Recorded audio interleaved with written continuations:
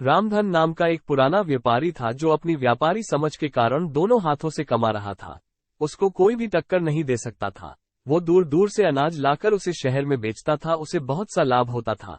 वो अपनी इस कामयाबी से बहुत खुश था। इसलिए उसने सोचा व्यापार बढ़ाना चाहिए और उसने पड़ोसी राज्य में जाकर व्यापार करने की सोची। दूसरे राज्य जाने के रास्ते का मानचित्र देखा गया जिसमें साफ साफ था कि रास्ते में एक बहुत बड़ा मरुस्थल है। खबरों के अनुसार उस स्थान पर कई लुटेरे भी हैं।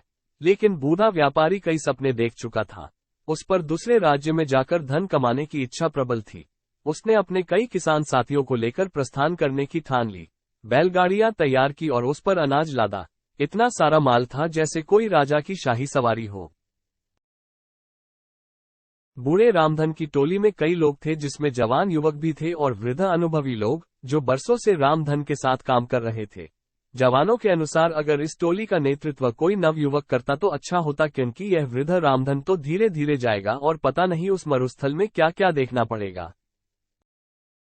तब कुछ नौजवानों ने मिलकर अपनी अलग टोली बना ली और स्वयं का माल ले जाकर दूसरे राज्य में जाकर व्यापार करने की ठानी। रामधन को उसके चहेते लोगों ने इस बात की सूचना दी। तब रामधन ने कोई गंभीर प्रतिक्रिया नहीं दिखाई। उसने कहा, भाई, सबको अपना फैसला लेने का हक है। अगर वो मेरे इस काम को छोड़ अपना शुरू करना चाहते हैं तो मुझे कोई आपत्ति नहीं है, और भी जो उनके साथ जाना चाहता हो जा सकता है। अब दो अलग व्यापारियों की टोली बन चुकी थी जिसमें एक का नेतृत्व वृद्ध रामधन कर रहे थे और दूसरे का नेतृत्व नवयुवक गणपत कर रहे थे। दोनों की टोली में वृद्ध एवं नौजवान दोनों सवार थे। सफर शुरू हुआ। रामधन और गणपत अपनी अपनी टोली लेकर चल पड़े। थोड़ी दूर सब साथ साथ ही चल रहे थे कि जवानों की टोली तेजी से आगे निकल पड़ी और रामधन और उनके साथी पीछे रह गए। रामधन की टोली के नौजवान इस धीमी गति से बिल्कुल खुश नहीं थे और बार बार रामधन को कोस रहे थे।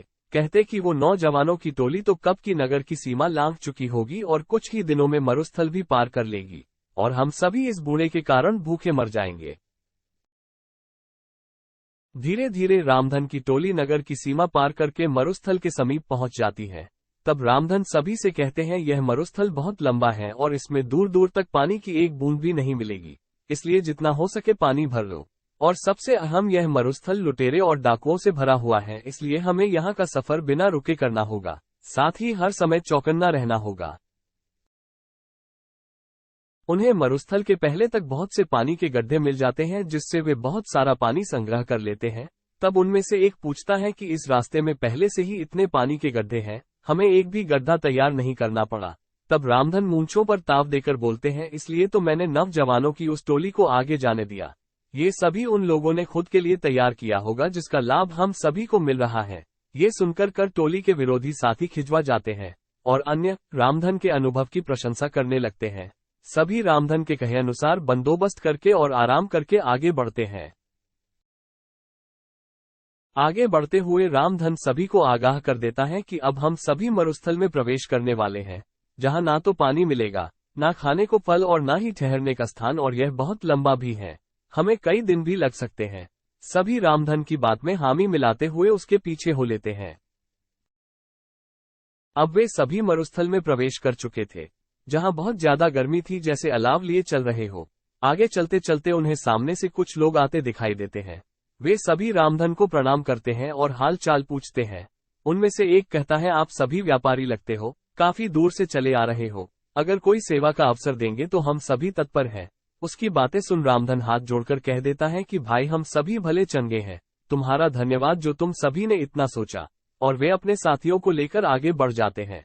आगे बढ़ते ही टोली के कुछ नव युवक फिर से रामधन को कोसने लगते हैं कि जब वे लोग हमारी सहायता कर रहे हैं तो इस वृद्ध रामधन को क्या परेशानी है।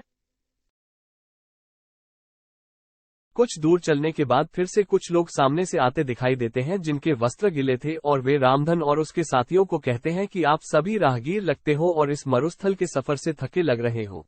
अगर आप चाहो तो हम आपको पास के एक जंगल में ले चलते हैं, जहां बहुत पानी और खाने को फल है। साथ ही अभी वहां पर तेज बारिश भी हो रही है। उसी में हम सभी भीग गए थे। अगर आप सभी चाहे तो अपना सारा पानी फेंक कर जंगल से नया पानी भर ले और पेट भर खाकर आराम कर ले।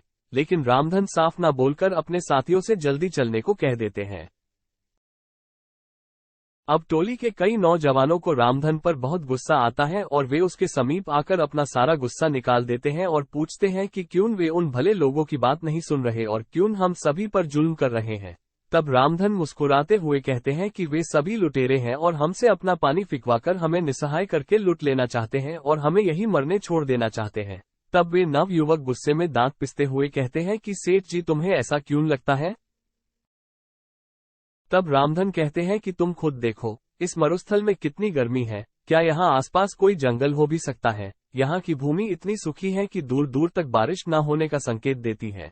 यहाँ एक परिंदे का घोंसला तक नहीं तो फल फूल कैसे हो सकते हैं? और जरा निगाह उठाकर ऊपर देखो, दूर दूर तक कोई बारिश के बादल नहीं है, न ही हवा में बारिश की ठंडक है, न ही गीली मिट्टी की खुशबू। तो कैसे उन लोगों की बातों पर यकीन किया जा सकता है? मेरी बात मानो, कुछ भी हो जाए अपना पानी मत फेंकना और ना ही कहीं भी रुकना। कुछ देर आगे चलने के बाद उन्हें रास्ते में कई नरकंकाल और टूटी फूटी बैलगाड़ी मिलती है। वे सभी कंकाल गणपत की टोली के लोगों के थे, उनमें से एक भी नहीं बचा था। उनकी ऐसी दशा देख सभी रोने लगते हैं क्योंकि वे सभी उन्हीं के साथी थे। तब रामधन कहते हैं कि जरूर इन लोगों ने तुम्हारे जैसे ही इन लुटेरों को अपना साथी समझा होगा और इसका परिणाम ये हुआ, आज उन्हें अपने जीवन से हाथ धोना पड़ा। रामधन सभी को ढांढस बंधाते हुए कहते हैं, हम सभी को भी यहाँ से जल्दी निकलना होगा क्योंकि वे सभी लुटेरे अभी भी हमारे पीछे हैं। प्रार्थना करो कि हम सभी सही सलामत यहाँ से निकल जाए। शिक्षा कहते हैं, अनुभव की कंघी जब काम आती है, जब सर पर कोई बाल नहीं बचता, अर्थात अनुभव उम्र बीतने और जीवन जीने के बाद ही मिलता है। अनुभव कभी भी पूर्वजों की जागीर में नहीं मिलता।